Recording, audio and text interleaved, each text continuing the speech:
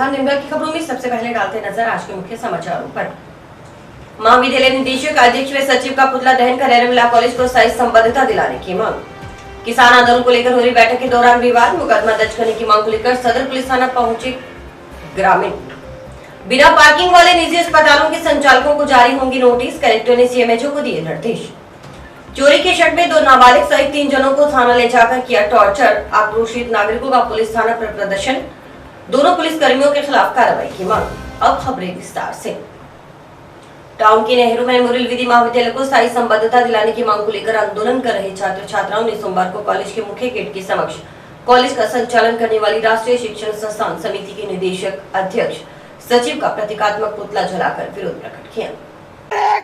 जिंदाबाद, सत्तर एकता जिंदाबाद, 70 हितों का हनन हुआ तो ईंट से ईंट बजा देंगे, 70 हितों का हनन हुआ तो ईंट से ईंट बजा देंगे। प्रबंधन समिति मुर्दाबाद, मुर्दाबाद, मुर्दाबाद। डायरेक्टर तेरी कब्र खुदेगी, आसमान जिंदाबाद, जिंदाबाद। आवाज को हम तुम्हारे साथ हैं, आवाज को हम तुम्हारे साथ हैं। सत्तर एकता जिंदाबाद, जिंदाबाद, जिंदाबाद।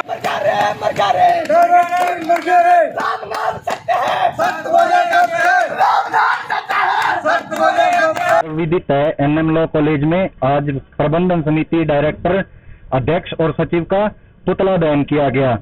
छात्र लगातार 25 तारीख से परेशान हो रहे हैं, पर इनके कान पर जूं भी नहीं रेंग रही है। इन्होंने नीचता, निकृष्टता और निकम्मेपन की सारी हदें पार कर रखी है। इससे अच्छा जो प्रबंधन समिति कॉलेज को संभाल नहीं सकती उसका यहाँ पे क्या काम है। पहले तो इन्होंने राजनीतिक द्वेषता और षड्यंत्र रचकर इसको हड़पने की कोशिश की, पर छात्रों को किसी भी सूरत में बर्दाश्त नहीं करेंगे। बच्चों के भविष्य से खिलवाड़ क्यों कर रहे हैं, हमें तो इस चीज का जवाब दे दीजिए। और बच्चों के साथ जो हो रहा है वो बहुत गलत हो रहा है। छात्रों के फार्म भरे जाने चाहिए, उनका साल हम किसी भी सूरत में बर्दाश्त नहीं होने देंगे। स्थायी एफिलिएशन मिलना चाहिए और छात्रों में परीक्षा फार्म भर के उनकी परीक्षा होनी चाहिए। ये स्थायी एफिलिएशन के मामले में करना तो दूर, गांधी जी के 3 बंदरों की तरह काम कर रहे हैं। हमें अभी तक स्थायी एफिलिएशन मिलना तो दूर, अभी तक अस्थायी एफिलिएशन नहीं मिली है। यूजीसी ने कहा कि अगस्त में परीक्षा होगी और जुलाई जाने को है, अगस्त आने को है, अभी तक हमारे फार्म ही नहीं भरे हुए। हम बहुत दुखी हैं। दुर्भाग्य के विषय हम कहते हैं सारा शहर साथ आए, हमें स्थायी एफिलिएशन दिलाए, बच्चों में परीक्षा फार्म भरो। केंद्र सरकार के 3 कृषि कानूनों के खिलाफ जारी किसान आंदोलन के प्रचार प्रसार व शाहजहांपुर बॉर्डर पर किसानों को भेजने के संबंध में रविवार शाम को गांव जंडावाली में हो रही बैठक के दौरान 2 पक्षों में विवाद हो गया। आरोप है कि गांव के ही आपराधिक प्रवृत्ति के कुछ जनों ने किसान आंदोलन को लेकर बैठक करने से नाराज होकर बैठक में मौजूद लोगों के साथ मारपीट की। घटना से नाराज ग्रामीण सोमवार को सदर पुलिस थाना प्रभारी के पास पहुंचे और मारपीट करने वाले असामाजिक तत्वों के खिलाफ मुकदमा दर्ज कर कानूनी कार्रवाई करने की मांग की। ग्राम पंचायत सिंहपुरा सरपंच रमनदीप कौर व संयुक्त किसान मोर्चा के रघुवीर सिंह वर्मा के नेतृत्व में थाना प्रभारी मानसिंह गोदारा से मिले ग्रामीणों में शामिल सिमरजीत सिंह निवासी गांव जंडावाली ने बताया कि वह उसके साथी बलकर्ण सिंह, बलराज, हरविंदर, साबिर खान, अन्य 5-7 जने रविवार शाम करीब 7:30 बजे जंडावाली के रामगढ़िया मोहल्ले में किसान आंदोलन की तैयारी को लेकर बैठक कर रहे थे। तभी तेजा सिंह, वीरा सिंह, बोर सिंह, जस्सा सिंह, परमजीत सिंह रामगढ़िया एक राय होकर आए। इन्होंने उन सभी पर जान से मारने की नियत से लाठियों से हमला कर दिया। उससे वह उसके साथियों के साथ मारपीट की। उन्होंने बड़ी मुश्किल से बीच बचाव किया। हमलावरों ने कहा कि भविष्य में किसान आंदोलन के संबंध में कोई बैठक की तो जान से मार देंगे। ग्रामीणों के अनुसार हमलावर लोग आपराधिक किस्म के लोग हैं। इनमें से कुछ जनों ने पुलिसकर्मियों के साथ भी मारपीट की हुई थी।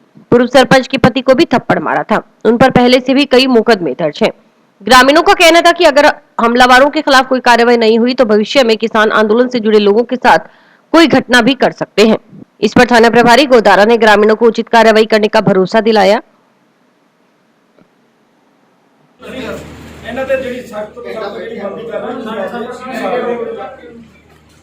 एफआईआर तो जो माना जाए ठीक है, एफआईआर करते हो ਸਾਨੂੰ ਅੱਜ ਇਸ ਪਿੰਡ 'ਚ ਗੱਲ ਹੋ ਸਾਨੂੰ ਧਰਨਾ ਲਾਉਣ ਦੀ ਅੰਕਲ ਜੀ ਲੋੜ ਹੀ ਨਹੀਂ ਥੀ ਸਟਾਰਟ ਦਾ ਤੁਸੀਂ ਆਪਦਾ ਯੋਗ ਕਰੋ, ਸਰਕਾਰ ਨੇ ਹੱਥ ਜੋੜ ਕੇ ਬੇਨਤੀ ਆ ਤੁਹਾਡੀ ਪਾਵਰ ਦਾ ਇਸਤੇਮਾਲ ਕਰੋ ਜੀ।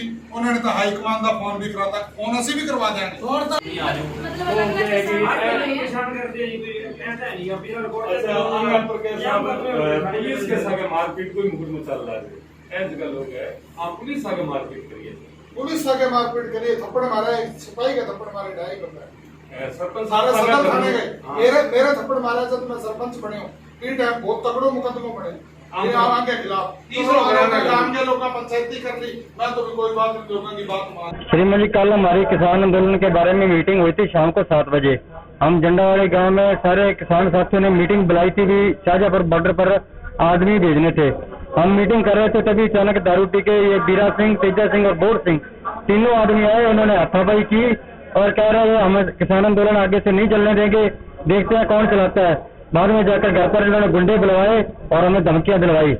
इसी कारण हम अपना ये केस लेकर अपने आए थे CIG के पास कि इनको बनती हुई कार्रवाई करें, नहीं तो हम अगले कुछ दिनों में अगर कार्रवाई ना हो तो हम धरना देंगे। यहाँ पर झंडावाड़ी में जो किसान आंदोलन का प्रचार और उस दिल्ली बॉर्डर पर जाने के लिए साथियों की जो बैठक हो रही थी, किसान साथियों की, उस बैठक में कुछ असामाजिक तत्वों ने आकर वहाँ झगड़ा किया और इस बात को लेकर यहाँ के थानाधिकारी को हमने प्रार्थना पत्र दिया है कि जो इस तरह के आतंक नशे करने वाले हैं उन पर काफी मुकदमे भी चल रहे हैं, अपराधी किस्म के लोग हैं, असामाजिक तत्व हैं, वो बैठकों में जाकर किसानों को जो झगड़ा किया है तो उन पर सख्त से सख्त कार्रवाई होनी चाहिए। थानाधिकारी ने कहा है कि मैं इस पर जरूर एक्शन लूंगा। ਸਾਡੇ ਜੰਡਵਾਲਾ ਦੇ ਜੋ ਕਿਸਾਨੀ ਅੰਦੋਲਨ ਦੇ ਵਿੱਚ ਬਹੁਤ ਪਿੰਡ ਅੱਗੇ ਆ ਰਿਹਾ ਹੈ। ਇੱਥੇ ਹਰ ਧਰਮ ਦੇ ਲੋਕ ਰਹਿ ਰਹੇ ਨੇ।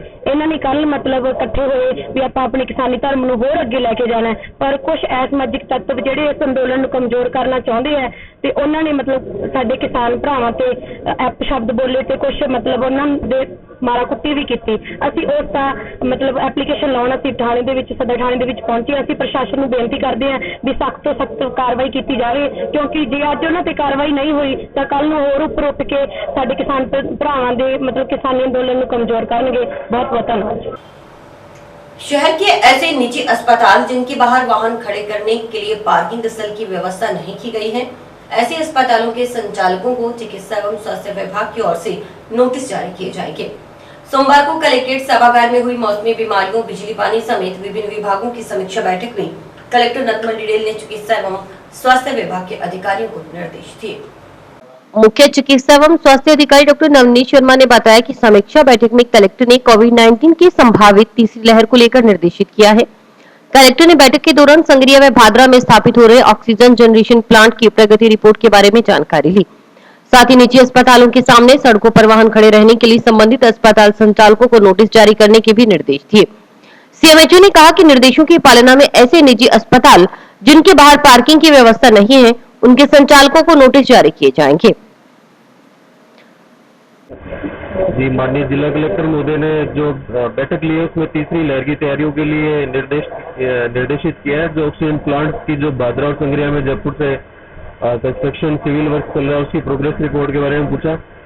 और माननीय जिला कलेक्टर महोदय ने जो प्राइवेट हॉस्पिटल्स के आगे जो सड़कों पर जो वाहन खड़े रहते हैं उनको नोटिस जारी करने के लिए निर्देशित किया है। तो आज वो सभी जो भी प्राइवेट हॉस्पिटल्स हैं जिनकी पार्किंग की सुविधा नहीं है उनको नोटिस भी जारी किए जाएंगे। वहीं जिला चिकित्सालय के प्रमुख चिकित्सा अधिकारी डॉक्टर दीपक मित्र सैनी ने बताया कि कोविड-19 की दूसरी लहर के चलते जिला अस्पताल के कोविड वार्ड में बेड संख्या 180 कर दी गई थी। अब हालात ठीक होने पर कोरोना वार्ड को 62 बेड का कर दिया गया है। वर्तमान में जिला अस्पताल में कोविड-19 के 4 रोगी भर्ती हैं। उन्होंने बताया कि तीसरी लहर के मद्देनजर तैयारियां की जा रही हैं। वर्तमान में एक ऑक्सीजन जनरेशन प्लांट चल रहा है, दूसरा प्लांट तैयार है, उसकी मशीन पार्ट आई हुई है, इसे इंस्टॉल किया जाना है। भविष्य में कोरोना की संभावित तीसरी लहर आती है तो जिला अस्पताल को वापस कोविड हॉस्पिटल बनाया जाएगा। उन्होंने बताया कि वर्तमान में जिला अस्पताल की सभी तरह की एक्टिविटी अन्य दिनों की भांति चल रही है। आज जो मीटिंग हुई थी मौसमी बीमारियों से संबंधित, जिला कलेक्टर महोदय से इसके बारे में काफी विस्तृत डिस्कशन हुआ है कि भी तीसरी लहर की क्या इंतजाम करना है। तो अभी तो हमने क्या है कि बाकी सारा हॉस्पिटल चालू करके 180 बेड से उसको 62 बेड रखा हुआ है। अभी हमारे पास 4 रोगी भर्ती हैं और आगे जो ऑक्सीजन के जो पॉइंट बन रहे हैं, ऑक्सीजन जनरेशन प्लांट लग रहे हैं, एक बिल्कुल चल रहा है, दूसरा तैयार है, उसकी मशीन पार्ट आई हुई है, इंस्टॉल नहीं हुआ है। DRDO नगर परिषद का उनका भी बन रहा है। तो इस तरह से भी ऑक्सीजन की सारी व्यवस्था कर रहे हैं तो आगे अब जैसे अगर बढ़ेगी संभावना तो फिर हॉस्पिटल को वापस कोविड हॉस्पिटल की तरफ कर सकेंगे, लेकिन अभी इस समय सारी एक्टिविटी जिला चिकित्सालय में सब चलते हैं। ठीक है, संभावनाएं रहती हैं क्योंकि पब्लिक मास्क नहीं लगा रही, सोशल डिस्टेंसिंग नहीं रख गई तो बढ़ जाएंगी, लेकिन अभी इस तरह से कोई रोगियों की एक अचानक बढ़ोतरी अभी नहीं हुई। जंक्शन पुलिस थाना में दर्ज लूट प्रयास में मारपीट के मामले में काफी समय से फरार चल रहे एक स्थायी वारंटी को पुलिस ने सोमवार को गिरफ्तार किया। जंक्शन थाना प्रभारी नरेश गैरा ने बताया कि पुलिस मुख्यालय के आदेशानुसार वांछित अपराधियों व भगौड़ों की धरपकड़ के लिए एसपी के निर्देशानुसार अभियान चलाया जा रहा है। धरपकड़ अभियान की निरंतरता में अतिरिक्त पुलिस अधीक्षक जसाराम बोस व सीओ सिटी प्रशांत कौशिक के निर्देशन में वांछित अपराधियों की धरपकड़ के लिए थाना स्तर पर अलग अलग टीमें गठित की गई हैं। इसी क्रम में हेड कांस्टेबल लालचंद के नेतृत्व में गठित पुलिस टीम ने सोमवार को सफलता हासिल करते हुए पुलिस थाना में दर्ज लूट प्रयास व मारपीट के मामले में लंबे समय से फरार चल रहे स्थायी वारंटी वेद प्रकाश निवासी हाउसिंग बोर्ड को गिरफ्तार किया है। वारंटी पिछले 3-4 सालों से फरार चल रहा था।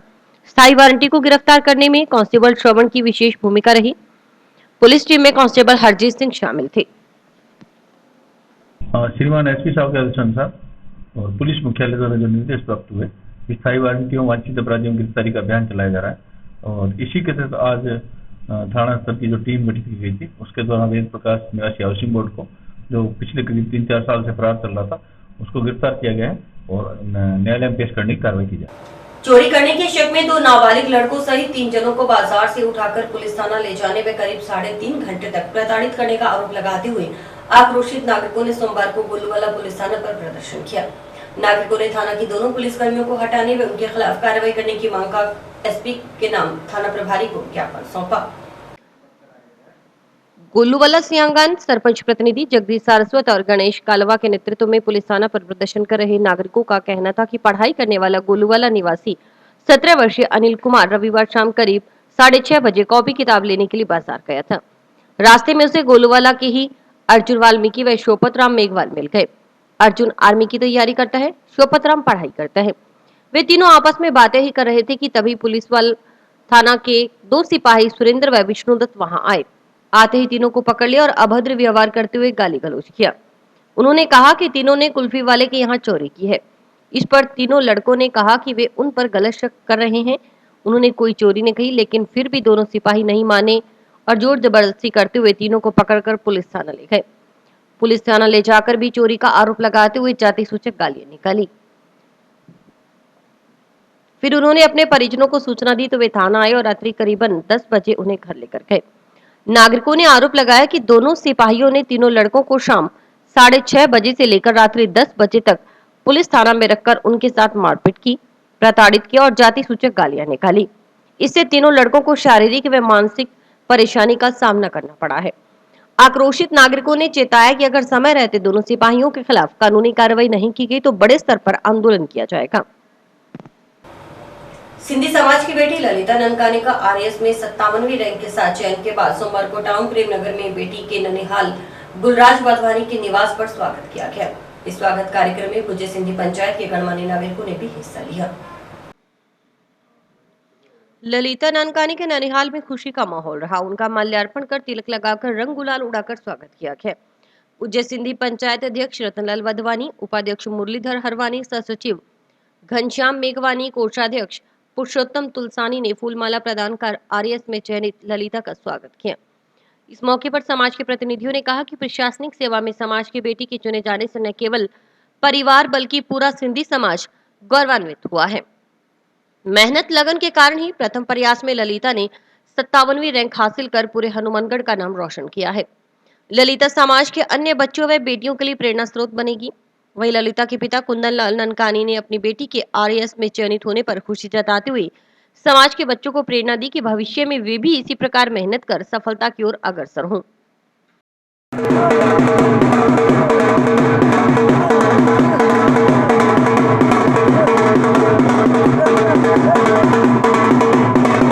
मैंने अभी 2018 में 57वीं रैंक हासिल की है।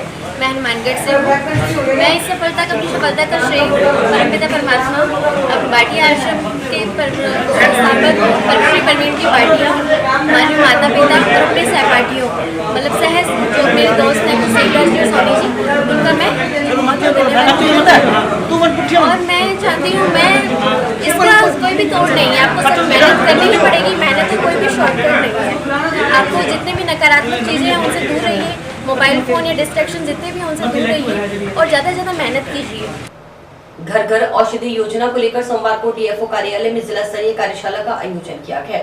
आयुर्वेद विभाग की ओर से वन विभाग के सहयोग से आयोजित कार्यशाला में मौजूद रेंज अधिकारियों व आमजन को कालबेग, अश्वगंधा, तुलसी, गिलोय के औषधीय गुणों की जानकारी दी गई। कार्यशाला में बताया गया कि इन औषधीय पौधों के सेवन से क्या क्या फायदे हैं और यह कैसे स्वास्थ्य को सही तरीके से तंदुरुस्त रखते हैं। वन विभाग व आयुर्वेद विभाग के अधिकारियों ने कार्यशाला को संबोधित करते हुए बताया कि घर घर औषधि योजना राजस्थान सरकार की महत्वाकांक्षी बजट घोषणा का हिस्सा है, जो एक स्वास्थ्यवर्धक कार्यक्रम है। इसमें पिछले 2 सालों में कोरोना महामारी के दृष्टिगत सभी के स्वास्थ्य के संरक्षण के लिए घर के अंदर किन औषधीय पौधों की सहायता से हम अपने स्वास्थ्य को ठीक कर सकते हैं, इसको देखते हुए 4 प्रजातियों के पौधे, हर प्रजाति के 2-2 पौधे राजस्थान सरकार की तरफ से अगले 5 सालों में प्रत्येक परिवार को 3 बार निःशुल्क प्रदान किए जाएंगे। कुल मिलाकर हर परिवार को 24 पौधे हर परिवार को निःशुल्क उपलब्ध होंगे। इस वर्ष हनुमानगढ़ जिले में 14,74,000 औषधीय पौधे तैयार किए जा रहे हैं, जो कि आधे परिवारों को निःशुल्क वितरित किए जाएंगे।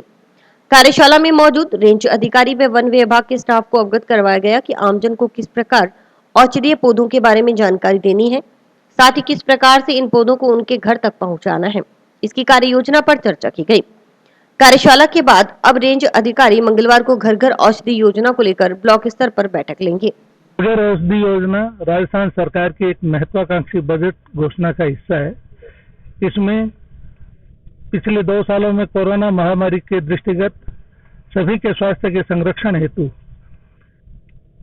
घर के अंदर किन औषधीय पौधों की सहायता से हम अपने स्वास्थ्य को ठीक कर सकते हैं, इसको देखते हुए 4 प्रजातियों के पौधे राजस्थान सरकार की तरफ से अगले 5 वर्षों में 4 प्रजातियों, हर प्रजाति के 2-2 पौधे प्रत्येक परिवार को निःशुल्क प्रदान किए जाएंगे और 3 बार प्रदान किए जाएंगे। कुल मिलाकर हर परिवार को 24 पौधे निःशुल्क अगले 5 सालों में निःशुल्क प्रदान किए जाएंगे। इस वर्ष हनुमानगढ़ जिले के अंदर 14,74,000 पौधे तैयार किए जा रहे हैं, जो कि आधे परिवारों को निःशुल्क दिए जाएंगे। आज के क्या कार्यक्रम रहा है यहाँ पे? आज के कार्यक्रम में यहाँ उपस्थित सभी रेंज ऑफिसर्स को, जो कल से ब्लॉक लेवल की मीटिंग लेंगे, और यहाँ के स्टाफ को इस बाबत अवगत कराया गया कि आम जन को हमें किस प्रकार से और पौधों के बारे में जानकारी देनी है और किस प्रकार से इन पौधों को हमें उनके घरों तक पहुंचाना है, इसके कार्य योजना पर चर्चा की। घर घर औषधि योजना जो राजस्थान सरकार का एक बहुत ही महत्वाकांक्षी स्वास्थ्यवर्धक कार्यक्रम है, उसमें आज की जिला स्तरीय कार्यशाला में कालमेघ, अश्वगंधा, तुलसी और गिलोय के बारे में जो औषधीय गुण है उसके बारे में आयुर्वेद विभाग की तरफ से वन विभाग के साथ मिलकर आमजन को बतलाया गया कि इनके सेवन से क्या फायदे हैं, ये किस किस तरह से हमारे स्वास्थ्य को सही तरीके से संवर्धित करती है, तंदुरुस्त रखती है, इसके बारे में आज जानकारियां दी गई। अखिल भारतीय किसान सभा, खेत मजदूर यूनियन और सीटू तीनों यूनियन की बैठक जिला मुख्यालय पर हुई। अनूपगढ़ के पूर्व विधायक पवन दुग्गल ने बताया कि देश के अंदर चल रहे किसान आंदोलन में मजदूरों और किसानों को ज्यादा से ज्यादा जोड़ा जाएगा। इसी उद्देश्य को लेकर 25 जुलाई से 8 अगस्त तक माकपा अभियान चलाएगी। इसी दौरान 9 अगस्त को नरेंद्र मोदी गद्दी छोड़ो प्रतिरोध दिवस के रूप में मनाया जाएगा। इसके लिए गांव-गांव, ढाणी-ढाणी जाकर प्रचार प्रसार किया जाएगा। जो हमारे परिवार का दृष्टिकोण वैसी होती है, बेशक उनकी बहुत सी समस्याएं साझी भी होती है, इकट्ठी भी होती है। यही हाथ मजदूरों की है, यही हाथ बहनों की है। महिला बहुत गरीब भी होती है, मजदूर भी होती है, किसान भी होती है, वो बहुत बड़ा लैंडलॉर्ड भी होती है। तो वो महिला एक, उनका दृष्टिकोण एक जैसा कभी नहीं हो सकता, जबकि वर्ग का मतलब ये होता है कि हमारा जब दृष्टिकोण एक जैसा हो, आज देश के अंदर जो हालात बने हैं, आज देश के अंदर जो सिस्टम बना है, आरएसएस के नेतृत्व में कहें या आरएसएस के दिशा निर्देश के ऊपर चलने वाली सरकार कहें, मोदी के नेतृत्व के अंदर जिस तरीके से हमारे जनवादी अधिकारों के ऊपर हमला किया गया, ये निस्संदेह देश के अंदर बहुत नई परिस्थितियां पैदा हो गई, नए हालात पैदा हो गए। और हमने जो महसूस किया, आज हनुमानगढ़ के अंदर अखिल भारतीय किसान सभा, खेत मजदूर यूनियन और CI2 तीनों यूनियनों की ज्वाइंट मीटिंग हुई है। ये मीटिंग अब से पहले ऑल इंडिया लेवल पे हुई है, स्टेट लेवल पे हुई है, आज जिला लेवल के ऊपर हुई है। और इन तीनों यूनियनों को एक साथ लाने का मतलब है कि देश के अंदर चल रहा किसान आंदोलन केवल किसान का नहीं रहे, देश के अंदर चल रहा किसान आंदोलन के साथ खेती और मजदूरों को कैसे और जोड़ा जाए, मजदूर जो कल कारखानों में काम कर रहे हैं, ट्रेड यूनियन में काम कर रहे हैं, उनको कैसे जोड़ा जाए, ये प्रमुख उद्देश्य है। और इसी उद्देश्य को लेकर हम लोग 25 जुलाई से लगाकर 8 अगस्त तक हिंदुस्तान के जमीनी आधार पर गाँव में, खेत खलिहान में और फैक्ट्रियों तक लेके जा रहे हैं, ताकि 9 अगस्त 1942 को हमने देश के लोगों ने नारा दिया था, भारत छोड़ो अंग्रेजों। आज उसी अंग्रेजों की सरपरस्त सरकार भाजपा आरएसएस राज कर रही है। अब हमारा नारा है कि जिस प्रकार महंगाई बढ़ी है, डीजल पेट्रोल बढ़ रहा है, जिस प्रकार सिलेंडर के रेट बढ़ रहे हैं, इसका असर केवल किसान आंदोलन के साथ साथ आम आवाम पे पड़ा है। इसलिए 9 अगस्त को नरेंद्र मोदी गद्दी छोड़ो प्रतिरोध दिवस के रूप में देश में मनाएंगे। इसके लिए आज जिले में पहुंचे और जल्दी गांव दाने दाने तक ये आवाज को पहुंचा। यातायात नियमों की पालना के तहत 15 जुलाई से 24 जुलाई तक यातायात नियमों की पालना करवाने को लेकर पुलिस प्रशासन की ओर से विशेष अभियान चलाया जा रहा है। इसी के तहत सोमवार को ट्रैफिक पुलिस की ओर से जंक्शन में कार्रवाई की गई।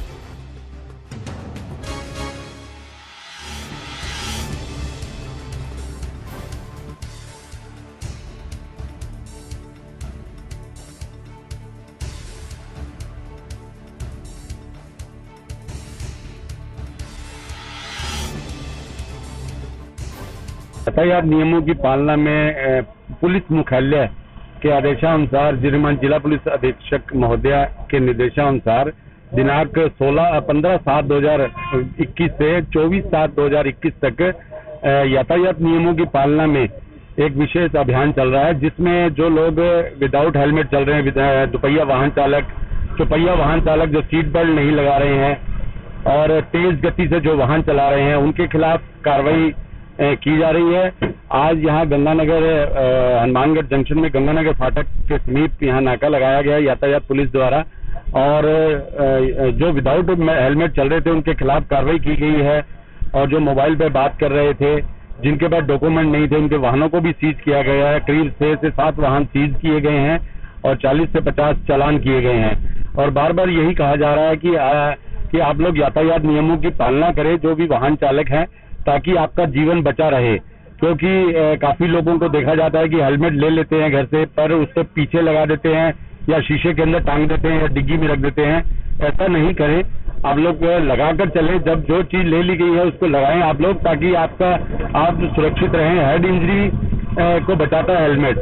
तो मेरा बार बार यही आग्रह है कि यातायात नियमों की पूर्ण रूप से पालना करें, ताकि आप और आपका परिवार सुरक्षित रहे। वाणिज्य कर विभाग ने 16 से 31 जुलाई तक एमनेस्टी स्कीम 2021 जनसंपर्क पखवाड़ा मनाने का निर्णय किया है। गुरुवार को विभाग के अतिरिक्त आयुक्त कार्यालय में हुई बैठक में एडिशनल कमिश्नर प्रशासन डॉक्टर राजेंद्र सिंह ने कहा था कि कोरोना काल में व्यापारियों की परेशानियों के मद्देनजर सरकार ने यह निर्णय किया है। इसी के तहत विभाग द्वारा संचालित एमनेस्टी स्कीम 2021 के प्रथम फेज की समय अवधि बढ़ाते हुए इसे 31 जुलाई कर दिया गया है। इसका एकमात्र मकसद व्यापारियों को राहत दिलाना है। एमनेस्टी स्कीम 2021 के तहत जंक्शन स्थित अग्रसेन भवन में कार्यक्रम का आयोजन हुआ। बताया गया कि पहली बार ऐसा हुआ है जब इसमें बकाया मांग पर उपार्जित ब्याज के साथ ही मांग में शामिल संपूर्ण ब्याज, संपूर्ण विलंब शुल्क, शास्ति की राशि व मूल कर में छूट दी जा रही है। अतिरिक्त आयुक्त डॉक्टर राजेंद्र सिंह ने स्पष्ट तौर पर कहा है कि व्यापारियों को यह समझना चाहिए कि इस तरह की छूट बार बार नहीं मिलती। उन्हें किसी प्रकार की दिक्कत हो तो वे फोन पर भी जानकारी हासिल कर सकते हैं। बैठक में शामिल हनुमानगढ़ टैक्स बार एसोसिएशन अध्यक्ष एडवोकेट ओम प्रकाश अग्रवाल ने बताया कि यह योजना व्यापारियों के लिए स्वर्णिम अवसर है, उन्हें इसका बखूबी लाभ उठाना चाहिए। सचिव एडवोकेट संजय अग्रवाल ने कहा कि छूट की यह योजना बेहतरीन है, इससे न सिर्फ सरकार बल्कि व्यापारियों को भी लाभ मिलेगा। पहले यह योजना 30 जून तक के लिए थी, लेकिन राज्य सरकार ने न सिर्फ अवधि बढ़ाने बल्कि 16 से 31 जुलाई तक जनसंपर्क पखवाड़ा के तौर पर मनाने का निर्णय लेकर बड़ा मौका दिया है। इसलिए आप इस चीज को समझते हुए आप इसको करेंगे। एमनेस्टी स्कीम पे यदि हम बात करें, एक बार हम जो रिपोर्ट कर लेते हैं चीज़ों को, हमें पता है, आपको बेहतर पता है, लेकिन एक बार हम क्योंकि इसी उद्देश्य के लिए यहाँ पर एकत्र हुए हैं तो हम इस पर एक बार चर्चा कर लेते हैं। एमनेस्टी स्कीम 3 फेज में है, जिसका पहला फेज पहले जो डेट्स थी वो बढ़ा दी गई है। अभी इस समय जो प्रथम फेज पहला चरण चल रहा है वो 31 जुलाई तक है, जिसमें अधिकतम लाभ है। यानी पहली कैटेगरी में 90% जमा 10% का लाभ है। दूसरी जो कैटेगरी है उसमें 80% का लाभ है, 20% जमा करना है। तीसरी जो कैटेगरी है उसमें आपको 50% का लाभ है, 50% जमा करवाना है। चौथी जो कैटेगरी है उसमें क्योंकि वो थोड़े से एंटीवेजन संबंधी केसेस होते हैं, उसमें पेनल्टी का भी कुछ पार्ट रखा है, 20% पेनल्टी के साथ में पूरा टैक्स आएगा। और 5वीं जो कैटेगरी है उसकी बहुत रेयर केस है, 25 करोड़ से ज़्यादा के वो मामले जो केवल और केवल ब्याज से संबंधित हैं, उन मामलों में 40%, 50%, इस तरह 40, 45, 50 के 3 फेज रखे गए हैं। राजस्थान स्टेट की जो वैट एमनेस्टी स्कीम 2021 जो स्कीम आई है, उसके रिगार्डिंग आज सेमिनार टैक्स बार और कमर्शियल टैक्स डिपार्टमेंट ने, स्टेट जीएसटी ने रखा था इसको। और इसके अंदर जितनी भी विभागीय पुरानी डिमांड चल रही हैं, यानी कि विभिन्न व्यापारियों के अगेंस्ट में जो डिमांड चल रही है, मांग राशि विभाग मांग रहा है, उसमें जो है उसके बारे में पूर्ण रूप से चर्चा, विस्तृत चर्चा की गई, शंका समाधान भी किए गए। यह स्कीम आज तक आई हुई सभी स्कीमों में सबसे ज्यादा बेनिफिशियल है जो व्यक्ति किसी कारण से अपनी बकाया मांग नहीं भर पा रहे। इसमें न्यूनतम 10% से लेके 80% तक की छूट है। ब्याज पेनल्टी तो माफ है ही, अगर उनको और जोड़ लिया जाए तो ये परसेंटेज जो है वो बहुत ज्यादा बढ़ जाता है। कई केसेस में तो ये मोर देन 90%, 80% भी, मोर देन 80% भी ये स्कीम बेनिफिट दे रही है। तो इस स्कीम में जो लोग, जिनका मामला ऐसा नहीं है, जो आगे डिस्प्यूट में उनको रिलीफ मिलने की उम्मीद है, उन लोगों को इस स्कीम का लाभ उठाकर तुरंत 31 जुलाई सभी लाभ सहित, इसकी तारीख 31 जुलाई है, उसके बाद 31 अगस्त और 30/9 है। तो 31 जुलाई में सबसे ज्यादा बेनिफिट है, फिर बेनिफिट कम होते जाएंगे। और यह स्कीम वास्तव में बहुत बढ़िया स्कीम है। सभी तरह की अपनी बकाया मांग को हटवाने के लिए इसमें आवेदन किया जाना चाहिए। बहुत ही सरल और सुविधाजनक है। विभाग भी इसमें पूरा सहयोग कर रहा है और हमारी टैक्स बार भी पूर्णतः इसके अंदर लगी हुई है। और इसी के साथ समाचार समाप्त हुए। रोजाना देखते रहिए समाचार। नमस्कार।